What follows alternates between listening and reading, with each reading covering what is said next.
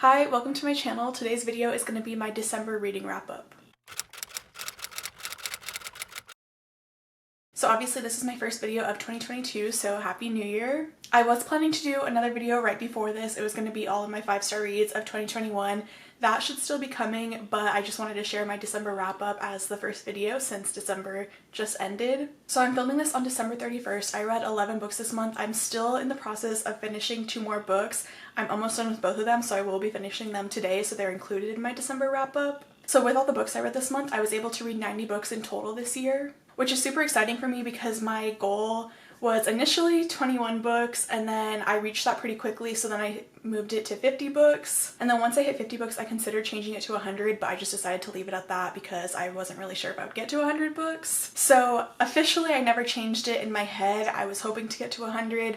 At one point, I was thinking maybe more realistically I would get to 90. And then at one point this month, I realized I was only going to have 89 books. But then right at the end of the month, I found one more really short book to read. And because of that, I was able to reach 90 books, which I'm so happy that I was able to reach that goal. So yeah, let's just get into the video. I'll just be sharing all the books, sharing a brief synopsis and kind of my thoughts and ratings on them. So the first book that I finished in December, I read most of it in November, but I finished it I think on like December 1st or 2nd, and it was Addicted for Now by Krista and Becca Ritchie. So this book is part of the Addicted and Calloway Sisters series, which is a whole like 10 book series that I am in the middle of reading right now. So I was reading this book, and like I said, I read most of it in November. I was reading it during like the week of Thanksgiving, so I was reading it a little slowly. And then after that holiday, I was able to actually like get into it and finish it. But yeah, this book was really good. I rated it 4 stars. I really enjoyed it. I think I talked about the first 2 books a little bit in my November wrap up, but basically I really liked the first one. The second one was a little boring to me, so I was worried about the third one. But then I ended up loving this one. It continues the story of Lily and Lo, their childhood best friends. They both are battling different addictions. Lily is a sex addict and Lo is an alcoholic. I was pretty indifferent towards them in the first 2 books, but when I read this one, I just completely fell in love with them. I love them together, I love their relationship, and I just really wanted to read more of them once I finished this book. So yeah, this book kind of got me more excited for the series after I was a little bit hesitant when I finished the second one. So after Addicted for Now, I read Kiss the Sky, which is the first book in the Calloway Sisters series, but it's the 4th book in the order that you're supposed to read them in because they are 2 separate series, but you read them interconnected. So this book I had really high hopes for. I was so excited for it. It follows Connor and Rose. They are characters that appeared in the first 3 books. And basically, I loved them so much in the first 3 books. I was so excited for their book because they were just my favorite couple, just based on the little moments that I saw of them through Lily and Lo's eyes in the first 3 books. So I had super high hopes for it, and honestly, it was an enjoyable book. It was very entertaining. I rated it 4 stars, but I didn't love it as much as I was expecting to. Like, I really thought I was just going to be like obsessed with this book and think it was like the greatest thing ever because of how much I really loved Connor and Rose in the first 3 books. But honestly, I didn't like them less. I just realized that I liked the other characters a lot more than them once I read this book. But it was still enjoyable. This book just continues with the story that we've been seeing, except now we're getting Rose and Connor's perspective, and we get kind of more insight into their relationship. And of course, since it does follow the same group of characters, we get a lot of Lily and Lo, which I really loved because, like I said, once I read Addicted for Now, I just really loved Lily and Lo and I wanted to see a lot more of them. But yeah, like I said, it was enjoyable, it was entertaining, it just wasn't as great as I was expecting it to be. So while I was reading Kiss the Sky, I decided to start some other books, which is something that I never do. I typically don't read more than 1 book at once, but this month I had a lot of holiday books I wanted to get through, so I knew the only way I would be able to do that is if I read multiple books at the same time. So that's what I did. I started the Holiday Brothers novellas by Willa Nash. So I read the first 2 kind of back to back, and then I ended up reading the 3rd one after Christmas. But basically they're just 3 short stories. The first book follows a woman who is a nanny, and she ends up going to work for this guy who she actually went to high school with. He's a couple years older than her, but he's a single father, so she goes and helps him out during the holidays to watch his daughter for him while he's working. And basically right away there's this connection between them. They both really like each other. They're both a little bit hesitant because she is kind of his employee. But yeah, that's kind of the basic plot of this one. It's a super short story. I did think it was entertaining, but it was a little too like insta-love for me, so I didn't really like that aspect of it. But then the second book follows one of the younger brothers of the guy from the first book. And basically in this one, he works for his family's company and his best friend's little sister gets a job working at that company too.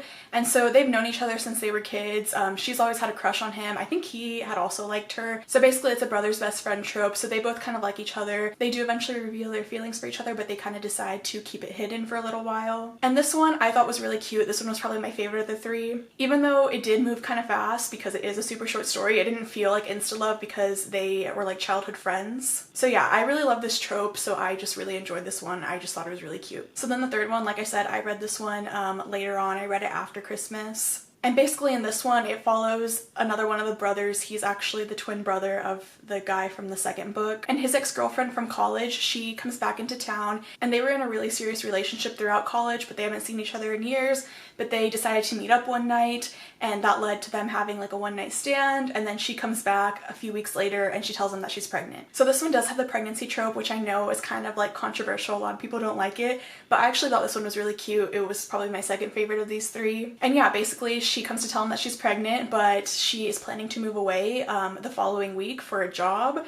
And so there's just kind of a lot of conflict with that. And this one was just, again, really cute. I really enjoyed it. And it was just a great short story that helped me reach my reading goal. So the next book I read after that was Window Shopping by Tessa Bailey. This is basically just a short holiday book. It's 250 pages. And it basically follows this woman who just got out of jail and she ends up getting a job as a window dresser at this department store. And her boss kind of have like this connection right away. They both really like each other, but they're both very different. She's very grumpy and he's very just like upbeat and optimistic, which I really liked that because I've read a lot of Grumpy Sunshine books, but I've never read it like reversed where the girl is the grumpy one and then the guy is like the sunshine. So I thought that part of the book was really cute. This one is kind of insta-love also, but it didn't really bother me that much in this book. I felt like it was kind of okay. I didn't really have many expectations going into this book, so I kind of just like read it for what it was and I enjoyed it. It was great to just kind of be able to read it right before Christmas. But yeah, I don't really have too much to say about it. It is by Tessa Bailey and I really like her. I've read a couple of her books and I've always really enjoyed them. And I rated this one 4 stars. I just thought it was a cute book. It did have some things that I didn't like and things that could have been better, but overall I feel like I just went into this book just to read it for fun and like without judging it too much. So then the next book I read after that was In a Holidays by Christina Lauren. So this book, I almost didn't read it this month because I was worried that I wouldn't be able to finish it by Christmas and I didn't want to read it after Christmas. But I started it a couple days before the holiday and then I ended up finishing it on Christmas night, which was really great. I finished it in time and I really enjoyed this book. I thought it was really cute. I think I rated it like 4.5 stars. But I really love Christina Lauren. They obviously write a lot of really cute rom-coms and this one was a Friends to Lovers book and I love Friends to Lovers. I feel like I've said that so many times, but I just really love that trope, so I thought this book was so cute. This book does kind of follow like a Groundhog Day storyline where the main character kind of keeps repeating the same day over and over again. And I was worried that I wouldn't like reading that, but I didn't mind. She only repeats the day like a few times, and it does like happen obviously differently every time because she tries to like change things. But I just really liked this one. I liked that it wasn't like too much of a slow burn, but I liked being able to actually like see the romance throughout this book and it just made it so much cuter. It was probably my favorite of the holiday books that I've read so far, and it's one that I can see myself rereading in the future around the holidays again. The next book I read was The Mistletoe Motive, which is another ebook, and this one was again just another short book. It's enemies to lovers. They're basically co-workers who work at this bookstore and they're both kind of competing against each other to potentially keep their job because the bookstore either might not open in January or if it does open, only one of them is going to keep their job. Another part of the storyline is that the main character is talking to someone online, this guy that she met through Reddit, and so basically she has feelings for that guy that she's talking to online, but then she starts to have feelings for her coworker too, so she's kind of like torn between that. But this one was pretty cute, I would say. I started reading it a few days before Christmas in hopes of finishing it by Christmas. I was potentially gonna read it instead of reading In a Holidays, but I ended up reading that one instead, obviously. So this one I ended up finishing it after Christmas. But yeah, this is the only book that I've read by this author. I've heard that her other books are really great too, so I'm definitely planning to read some of her books in this upcoming year. So the next book I read was Evidence of the Affair by Taylor Jenkins Reid, and basically it helped me reach that goal of 90 books. So this book, again, was just another really short book. I read it super quickly. It was only like 80 pages in the Kindle app, and I'm pretty sure it was free. I'm not sure if it was because of like